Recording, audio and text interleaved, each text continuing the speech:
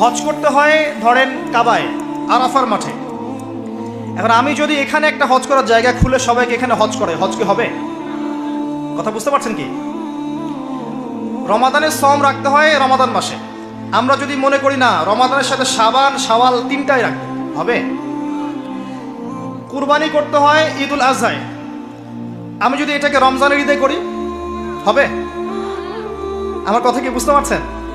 আচ্ছা, ওই যে নামাজের এক্সাম্পল দিলাম, নামাজ পড়তে হয় ফজরের 2 ফরজগুলো, জোহরের 4, আসরের 4, মাগরিব 3, এশার 4। আমরা যদি এখানে 2 রাকাত করে বাড়িয়ে দেই, দিয়ে বলি যে ভালো কাজ করলে কি সমস্যা হবে? মূল কথা হচ্ছে যে ইবাদতটা যখন যে জায়গায় যেভাবে নবী সাল্লাল্লাহু আলাইহি ওয়াসাল্লাম করেছেন হুবাহু সেভাবে করার নামই হচ্ছে সুন্নাহ। এটাই হলো সুন্নাহ। এর বাইরে গেলে কি হয়ে যাবে? বেদাত হয়ে যাবে। আমরা খুব দুঃখের সাথে লক্ষ্য করেছি, পত্রপত্রিকায় এসেছে মানবাধিকার কর্মী, নারী আন্দোলনের কর্মী মাইক পেলে বড় বড় ভাষণ দেয়, আপনারা কর্মীদের সাথে ভালো আচরণ করবেন, কাজের মেয়েদের সাথে ভালো আচরণ করবেন, কিন্তু ওদের বাড়িতে এই কাজের মেয়েরা নির্যাতিত হয়। চিল্লায় বলেন ঠিক কি না?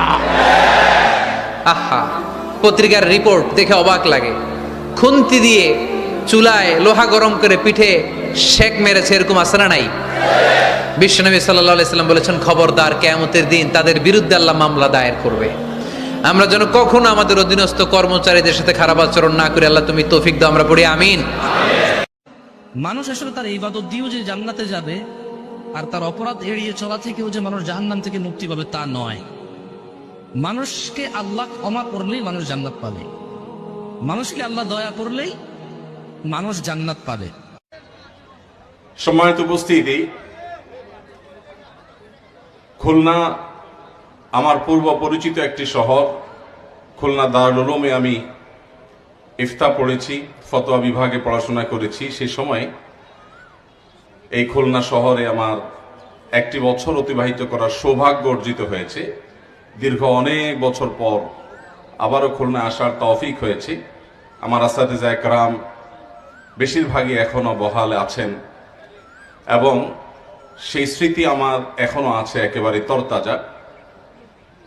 তো খুলনার এই মাহফিলে দীর্ঘ সময় কথা বলা দরকার, কিন্তু আমাদের হাতে সময় যেহেতু কম, আমরা মাগরিবের আগ পর্যন্ত গুরুত্বপূর্ণ একটি বিষয় নিয়ে কিছু কথা আরজ করার পর আপনাদের বিভিন্ন প্রশ্নগুলোর উত্তর আমরা ইনশাআল্লাহ এখানে মাগরিবের সালাত আদায় করি, মাগরিবের পর আমরা ইনশাআল্লাহ প্রশ্ন উত্তর দেব। আপনারা থাকবেন তো ইনশাআল্লাহ?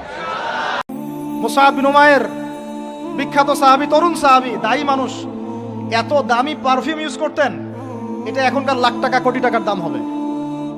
বিত্তশালী পরিবারের, এই যে বিত্তশালী পরিবারের সন্তানরা শোনেন, আপনারা তো বাইক দাবড়ায় বেড়ান, গাড়ি ড্রাইভ করে বেড়ান, মাঝখানে অ্যাক্সিডেন্ট করে দেন, কেসও খান না, বাপের টাকা আছে পার পেয়ে যান, ইয়াবা খান, তারপরে গিয়ে মেয়ে নিয়ে ফুর্তি করেন, জেনা নিত্য নৈমিত্তিক ব্যাপার। একটা মেয়েকে পিছনে ওঠান, 7 দিন ঘোরেন, আবার চেঞ্জ করেন, 7 দিন পর আরেকটা নেন। অনেকে মনে করে আমি জাকাত দেয়, আমি মনে হয় দয়া করছি, আমি মনে হয় করুণা করছি। আচ্ছা, যারা গরিব ওরা যদি জাকাত না নেয় ওর সমস্যা আছে? নিমু না জাকাত, কিন্তু আমি যদি বলি দিমু না, আমার খবর আছে না নাই? আমার জন্য দেয়া ফরজ, ওর জন্য নেয়া ফরজ না। তাই আমি দিয়ে করুণা করিনি, ও আমার কাছ থেকে জাকাত নিয়ে জাহান্নামের আগুন থেকে আমাকে বাঁচিয়ে ও আমাকে দয়া দেখিয়েছে।